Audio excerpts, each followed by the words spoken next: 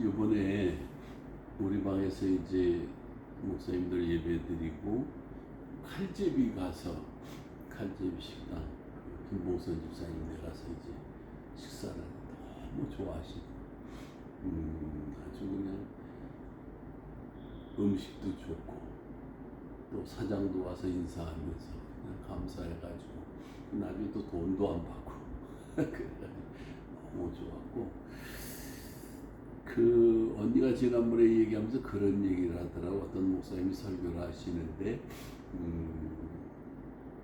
제일 안 좋은 게 무신론자다. 이렇게 무신론자다. 다른 종교는 그런 나름대로 뭔가 숨기는 건데 이 무신론자는 문제다. 그랬더니 이제 막 그 댓글이 올라오고 그랬다는 얘기를 하더라고. 근데 사실은 엄밀하게 말하면 무신론자는 없어요. 무신론자라고 하는 거는 그 사회주의 국가, 공산국가에서 얘기하는 내용인데 거기가 왜 무신론이 아니지? 그들이 섬기는 건 지금 북한을 두고 말하면 김일성이가 하나님이야. 김정일이가 하나님이고 김정은이가 하나님이고. 그 이제 그 언니랑 같이 갈 때인가 그 중국에서 북한에서 파송해가지고 중국에서 무역상을 하면서 이제 우리를 안내주고 그러는 자매가 그 나더러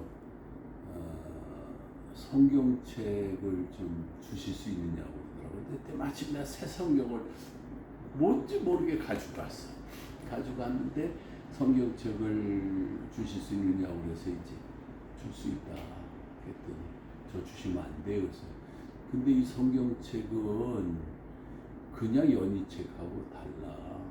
이 책은 살아있는 주님의 말씀이기 때문에 믿음으로 성경을 봐야 되고 그렇게 인도받아야 된다.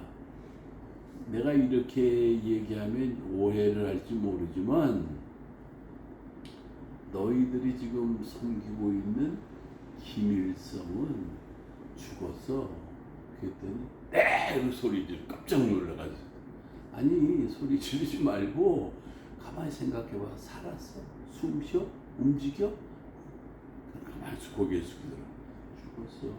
근데 우리가 믿는 예수님은 죄와 사망 권세를 깨치고 부활하셨어. 지금도 살아계셔. 그냥 믿고 보면 성경이 깨달아지고 알아져. 근데 믿지 않으면 안 보여 아무것도. 그러니까 그걸 알고 보라고 그랬더니 얘가 그 다음에 다음 기회에 한번 만났는데 많이 달라졌더라고요. 그래서 우리 북한이 북조선이 밉지만 그래도 계속 사랑을 베풀었으면 좋겠습니다. 여러분들의 사랑 때문에 나중에 통일도 되고 그 사랑을 먹고 자라는 사람들이 꼭 기억할 겁니다. 그래서 얘기를 하더라고요. 그러니까 무신론자는 없다는 거예요. 무신론은 자기를 믿든가 돈을 믿든가 그런 거지 무신론이라는 건 말이 안 되는 거. 근데 이제 정치인들이 그걸 갖다 무신론도 무종교도 종교다 이래가지고 지금 사실은 문제가 되는 건데 사실 그건 잘못된 거고 실질적으로 그렇단 말이에요. 근데 이제 우리가 살아가면서 지난번에 얘기한 것처럼 그 목표가 있어야 된다. 목표? 목적이 분명해야 돼요. 삶의 목적이 분명해야 돼요. 목적이 없이 사는 사람 방황할 수밖에 없어요. 그러면 내가 사는 거를 어디에 어떤 데 목적을 두고 살 거냐? 돈을 버는데 목적을 두고 살 거냐? 건강을 지키는 일에 목적을 두고 살 거냐? 근데 그런 것들은 전부 다 이 세상 끝나면 다 없어지고 마는 거거든. 예수를 믿는다는 거는 우리 주님께서 십자가에서 우리를 죄악과 멸망에서 건져내셨기 때문에 예수의 피로 우리는 구속받은 사람이란 말이에요. 그러니까 우리는 내가 주인이 아니고 예수님이 주인이야.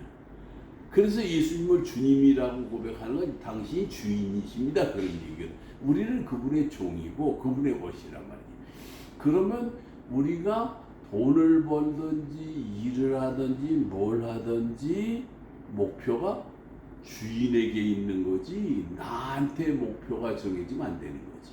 그러니까 목표를 주님께 두고 살아야 되는 거다. 그러면 주님께 두고 사는 걸 어떻게 살아갈 거냐? 그럴 때 우선 생각부터가 바뀌어져야 되는 게 뭐냐면 주인을 기쁘게 해드리도록 살아가야 되는 거야. 어떻게 하면 주인을 기쁘게 해드릴까? 밥을 먹어도 일을 해도 누구를 만나도 뭐를 해도 나를 즐겁게 하기 위해서 사는 건 신앙생활이 아니야.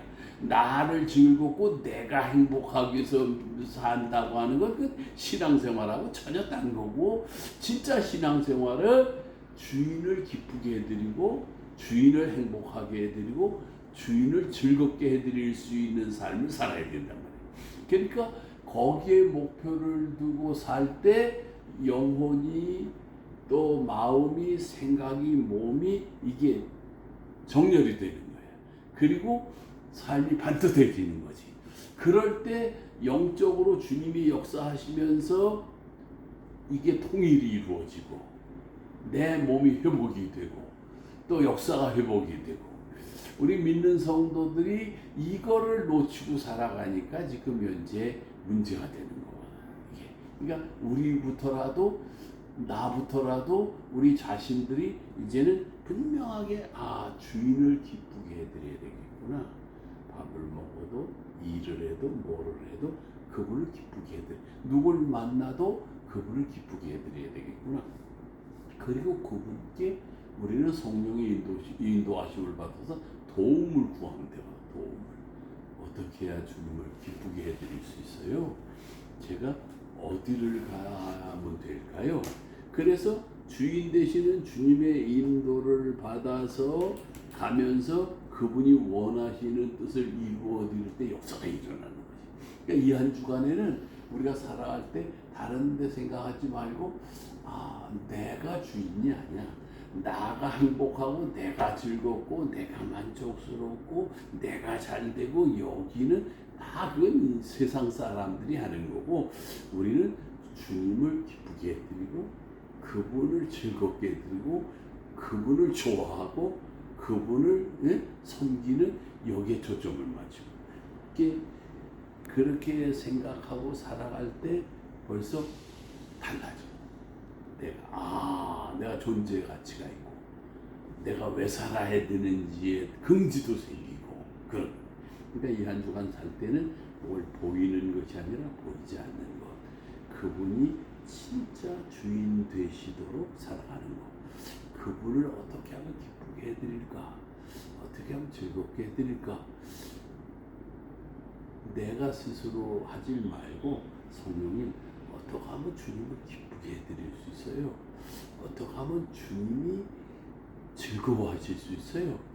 내가 주님이 즐거워할 때 나도 즐겁고 주님이 기뻐할 때 나도 기뻐할 수 있는데 성령님 도와주세요.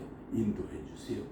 머리부터 발까지 성령의 기름 부음을 허락해 주세요. 이렇게 살아갈 때 하루를 살아도 제대로 사는 거고, 주님 앞에 갈 때 어여이 설 수 있는 거고, 그리고 이게 주님이 이 땅에 오신 뜻이 이루어지는 거지. 네? 우리가 그런 삶을 살자 그 말이에요. 기도합시다. 아버지 하나님 감사합니다.